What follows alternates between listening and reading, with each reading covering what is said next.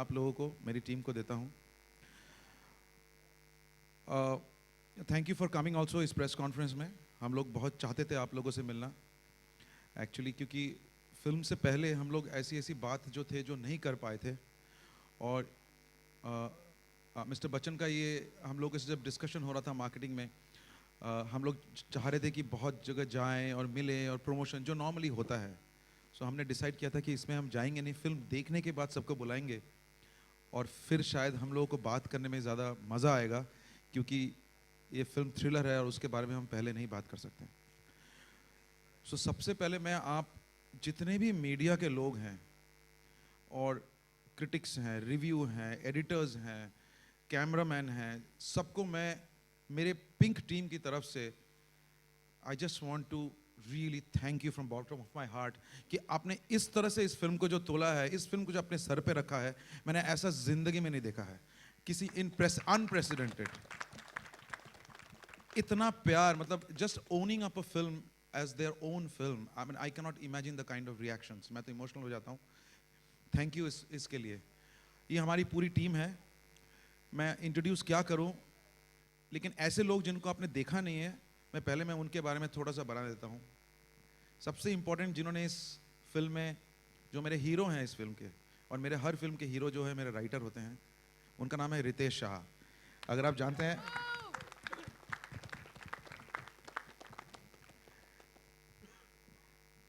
मेरे director from Kolkata Anirudh Roy Chaudhary. और ऐसे लोग जिनको शायद आप नहीं देखेंगे, सामने कभी नहीं दिखता है, लेकिन मैं आपको बता दूं कि उनकी वजह, उनके बिना मैं कुछ भी नहीं हूं, क्योंकि मैंने अपनी जितनी फिल्में की हैं और पिंक में जो भी काम किया है। मेरे कास्टिंग डायरेक्टर जो हैं वो हैं जोगी हैं, बहुत अच्छा करते हैं। और हॉल से निकल के सब एक ही आदमी एक ही के लिए पहले सबसे पहले पूछते हैं कि वो एसएचओ जो महिला जो पुलिस ऑफिसर थी वो कौन थी। वो हैं हमारी ममता, वो हमारी कास्टिंग डिपार्टमेंट की हैं। हमको लगा कोई नहीं मिला, चल तुम कर लो यार। तो ऐसा हुआ था इनकी कास्टिंग। और एक चीज जिसके लेके सब पूछ रहे हैं कि ये कैसे हो गया, ये पोएट्री किसने लिख दी है कि तू खोज में निकल। उनका नाम है one of the famous known, I mean literature sector में और जो वो काम करते हैं, उनका नाम है तनवीर गाजी। इन्होंने बहुत ही ज़बरदस्त जो काम किया है। मेरे इस फिल्म का जो है, सब लोग बोलते हैं फिल्म बनती कहाँ है फाइनली फिल्म जो बनती है वो एडिटिंग टेबल में जाके बनती है। एंड मैं आपको नहीं बता सकता हूँ कि ऐसे एडिटर से मेरी मुलाकात पहली बार हुई, एंड मैं कितना प्रिविलेज्ड एंड ऑनर हूँ कि इस आदमी के साथ मैंने काम किया। उनका नाम है Buddhaditya, first Hindi film from from from Kolkata. और बाकी सब लोग को जानते हैं, शांतनु, रॉनी मेरे प्रोड्यूसर हैं, रश्मि हैं, और मैं बाकी लोगों का क्या बताऊँ। मैं आपसे एक चीज़ बस बोलूँगा, आई नो आप लोगों के पास बहुत सवाल हैं, आप मिस्टर बच्चन को अभी छोड़ने वाले नहीं हैं मुझे मालूम है, लेकिन आप अगर इस तरह से एक अच्छी फिल्म, एक कंटेंट वाली जो फिल्म जिसको आप लोग टर्म दे दिया है कंटेंट वाली फिल्म, पता नहीं ये टर्म क्यों दे दिया है, फिल्म तो कंटेंट ही होता है, इसमें क्या नहीं होता मुझे समझ में नहीं आता है। आपने इस तरह से ही उसको आप लोग सहारे, इस तरह से ही उसको अपनाएं, और ऐसी ही फिल्म इंडस्ट्री में अगर आप लोग साथ देंगे तो मुझे नहीं लगता है कि जिस कभी कभी जिस फिल्म इंडस्ट्री की बदनामी भी हो जाती है, उसकी बदनामी कभी होगी, क्योंकि कहीं ना कहीं एक ऐसा ऑप्टिमिज्म रहेगा। सो प्लीज़ आप लोग इसको सहारते रहेंगे। और एक चीज़ मैं लास्ट चीज़ बता रहा हूँ, ये मैं हाथ जोड़ के आपसे रिक्वेस्ट कर रहा हूँ। आप मालूम है ये फिल्म बहुत अच्छा कर रही है, वॉट एवर, मैं एक सवाल बोलूँगा, आप लोग नहीं पूछे, स्पेशली मेरे से नहीं पूछे और मेरे टीम से नहीं पूछे, तो मैं थैंकफुल रहूँगा। इस फिल्म की बॉक्स ऑफिस के बारे में मत पूछिएगा प्लीज़। ये फिल्म मेरे लिए बॉक्स ऑफिस के लिए नहीं बनाया था मैंने, अगर बॉक्स ऑफिस के लिए बनाया होता तो मैं ये फिल्म नहीं बना था। तो आप प्लीज़ इस फिल्म की कितनी आमदनी हुई, क्या हुई, हमें इसकी कोई परवाह ही नहीं है, मेरी तो नहीं है एटलीस्ट।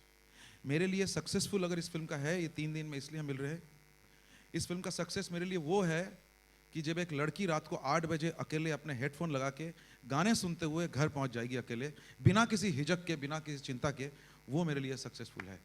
सो तो रिक्वेस्ट करूंगा, आप प्लीज़ उस बारे में मत पूछिए, क्योंकि मेरे लिए वो मैटर नहीं करता। But otherwise thank you so much for coming. और मैं चाहूँगा कि मिस्टर बच्चन कुछ बोले, बिकॉज उनके बिना हम लोग कुछ हैं ही नहीं इस फिल्म में। And I think I am so thankful कि वो इस तरह से इस फिल्म में हम सब यंगस्टर्स के साथ, मतलब एक ऐसे यंगस्टर्स के, चलो मैं भी कूद जाता हूँ आज मैदान में, उस तरह से जो एक बिहेवियर, एक एंथुजियाज्म, रियली मैं अप्रिशिएट करता हूँ। आई होप सारे ऐसे ही करें, मैं उनको देता हूँ। सबसे पहले बहुत बहुत धन्यवाद आप सब लोगों का। सारी बातें जो है वो शुजीत ने कह दी हैं। ये जो प्रथा है, जहाँ हमको लगा कि हमें आप लोगों से मिलना चाहिए, बात करना चाहिए। ये मेरी पिछली फिल्म आई थी 3, उस समय हमने इसकी शुरुआत की। कई बार ऐसा होता है कि फिल्म हम लोग बनाते हैं, बनाने से पहले उसके प्रमोशंस में जाते हैं, आप लोगों से मिलते हैं और हाथ जोड़ते हैं, आशा होती है कि आप लोग उसका प्रमोशन करेंगे। लेकिन जब फिल्म रिलीज़ हो जाती है तो आप हमें भूल जाते हैं, हमें आपको भूल जाते हैं। मुझे लगा कि क्यों ना फिल्म रिलीज़ होने के बाद अगर आप लोगों के मन के अंदर कोई ऐसे प्रश्न हो, कोई ऐसी डिबेट करने की विषय हो, तो हमें फिर से आपके सामने आना चाहिए। और क्योंकि मैं ऐसा मानता हूँ कि हमारे देश में, ख़ास तौर से फिल्म इंडस्ट्री में, डॉक्यूमेंटेशन की जो प्रथा है वो है नहीं। कई बार ऐसी बहुत सी बातें होती हैं जो हमारे मन में रह जाती हैं, जो आपके मन में रह जाती हैं, कभी बाहर नहीं आ पाती हैं। आप लोग पत्रकार हैं, आप अपने माध्यमों से उसे व्यक्त कर सकते हैं, लेकिन कुछ ऐसी बातें होती हैं जो हम लोग भी कहना चाहते हैं फिल्म की रिलीज़ के बाद, और उसके बारे में हम जानना चाहेंगे, आपसे सुनना चाहेंगे, आपके प्रश्नों का उत्तर देना चाहेंगे, बहस करना चाहेंगे। हो सकता है कि इससे शायद आगे कुछ लोगों का कल्याण हो सके। तो यही वजह थी कि आप लोगों को यहाँ बुलाया। हमारे लिए बड़े गर्व की बात है कि जिस तरह से इस फिल्म की प्रशंसा हो रही है वो अद्भुत रही है। कई ऐसे जगहों से, कई ऐसे व्यक्तियों से जिनसे कभी भी पहले कभी कोई संपर्क ही नहीं था, उनसे उनके मैसेजेस आते हैं, उनसे बातचीत होती है, और कहीं ना कहीं हमें लगता है कि जिस विषय से, जिस आशा से हमने इस फिल्म को बनाया था, वो कहीं ना कहीं पूरी हुई। बाकी सब यहाँ पर कलाकार हैं, ये भी आपके सामने उपस्थित है। हम तो चाहेंगे कि अब आप लोग हमसे प्रश्न पूछें और हम आपका उसका उत्तर दें, बहस करें। बहुत सी अच्छी बातें हैं, बहुत सी जो न बातें अच्छी हो वो भी बोलिए, जो भी आपके मन में हो उसे बोलिए, हम उसका उत्तर देने का प्रयत्न करें। जस्ट एक चीज़, मैं एक जन को और थैंक यू देना चाहता हूँ, जो पहली बार अपनी डेब्यू कर रही हैं हिंदी फिल्म में और हमसे आके जुड़ी हैं। वो है बहुत ही फेमस टेलीविज़न की प्रोड्यूसर एंड क्रिएटिव प्रोड्यूसर रश्मि शर्मा। उन्होंने उन्होंने उन्होंने एकदम, मतलब खुले दिल से मेरे को फर्स्ट डे से सपोर्ट किया है, तो मैं उनको भी बहुत आभारी हूँ।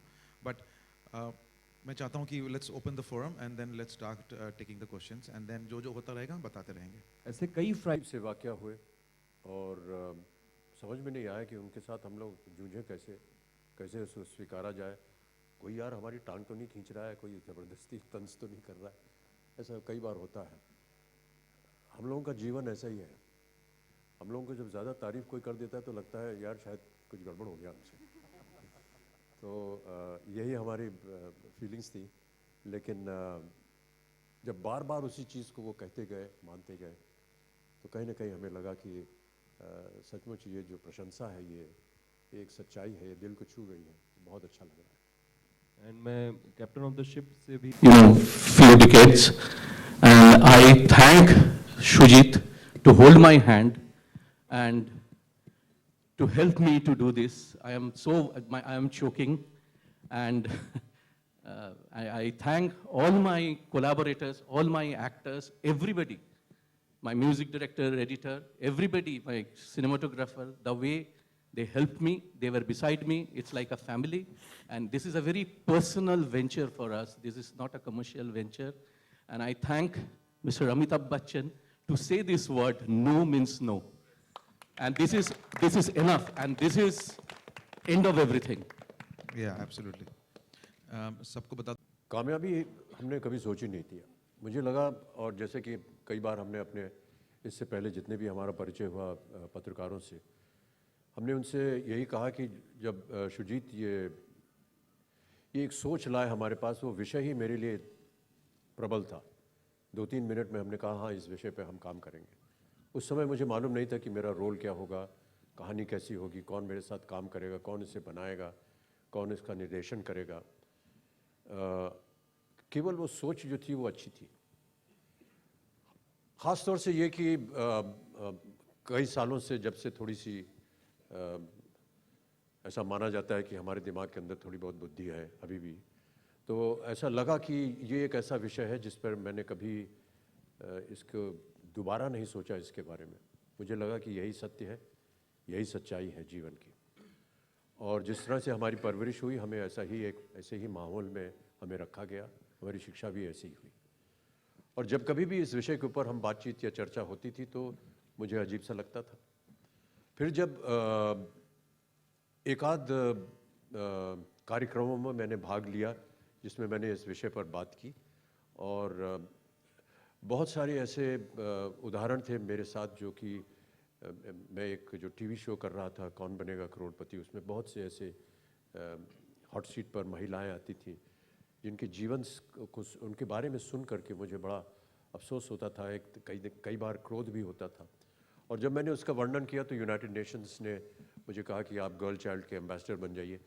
तो उसके संदर्भ में भी जब मैं काम कर रहा था तो बहुत सी ऐसी घटनाएं सामने आती थी। तो कहीं ना कहीं मेरे मन के अंदर ये विश्वास था कि इस विषय के ऊपर इस तरह की एक फिल्म बननी चाहिए। सुजीत सर, आपसे भी सवाल है कि बहुत अच्छी फिल्म में मुद्दा जुड़ जाता है तो मुझे बहुत अच्छा लगता है, और कहानी में कोई ना कोई मुद्दा ज़रूर होना चाहिए, ये मुझे वो भी लगता है। सो सबसे पहले जब ये टोनी ने ये सोचा था कि बंगला फिल्म बनाएंगे और एक छोटी सी लाइन थी इस कहानी की, तो हम दोनों, मैं और रॉनी जो मेरे प्रोड्यूसर, हमने बहुत दिन बैठे रहे इस आइडिया पे। फिर बहुत दिन बाद हमने सोचा कि नहीं, इस पे एक फिल्म बनना चाहिए। मेरा एक पर्सनल एक्सपीरियंस हुआ मेरे वाइफ के साथ, जब उन्होंने कहा कि मुझे कहा एक दिन कि ऐसे हम लोग चाय पी रहे थे बैठ के, मैं बहुत बार बता चुका हूँ, मैं और एक बार बता देता हूँ कि ऐसे ही हम लोग चाय पी रहे थे बैठ के, और उन्होंने कहा कि आज हम इस मॉडर्न वर्ल्ड में बैठे हुए हैं, इस इलेक्ट्रॉनिक दुनिया में, और पता नहीं क्या क्या हो रहा है, और हम साथ में वुमेन एम्पावरमेंट की बात कर रहे हैं। इससे बड़ी शर्मनाक चीज़ क्या हो सकती है? सो वो मुझे दिल में बहुत चोट लगी, मुझे इंसल्ट फील हुआ मेरे वाइफ के सामने। मेरे को as a man I am standing there, बहुत गिल्ट हुआ मुझे। और मैंने मन में उसमें सोचा था कि मैं रॉनी को बोला है कि let's start working on this. फिर और हम सबके पास ही, ऐसा तो नहीं है हम मर्द ऐसे कहीं भगवान ने हमको फेंक दिया, ये लो मर्द तुम जाओ हिंदुस्तान पहुंच जाओ या अर्थ में पहुंच जाओ। हम सब कहाँ से निकले हैं जो सर बोलते हैं? हम कहाँ, हमारी भी माएँ हैं, हमारी बहनें हैं, हमारे भी दोस्त हैं यार। कहीं ना कहीं दिल में तो चोट लगता ही है। अब ये कोई इशू नहीं है कि हम आसपास रोज देखते हैं, और मुझे लगता नहीं कि मेरे में कोई नया सा कुछ आइडिया आया होगा। ये आप लोग भी रोज देखते हो, आपके मन में भी आता होगा, आपको भी गुस्सा आता होगा शायद। आप भी शायद आपके साथ में कोई लड़की ऑफिस में काम करती है, उसको अगर कोई इस नज़र से देख लें तो कैसे लगेगा आपको? तो हमको भी वैसी फीलिंग हुई। बनाऊंगा किसी, अगर कोई इशू जुड़ जाएगा किसी कहानी के साथ। मेरा काम था ऑडियंस को 2 घंटे बिठा के रखना। आजकल वही बहुत बड़ा काम है कि 2 घंटे किसी को बिठा दो हॉल के अंदर। सो आई थिंक हमने वो बिठा भी दिया, उन्हें रुला भी दिया और सोचने में मजबूर कर दिया। इससे बड़ी बात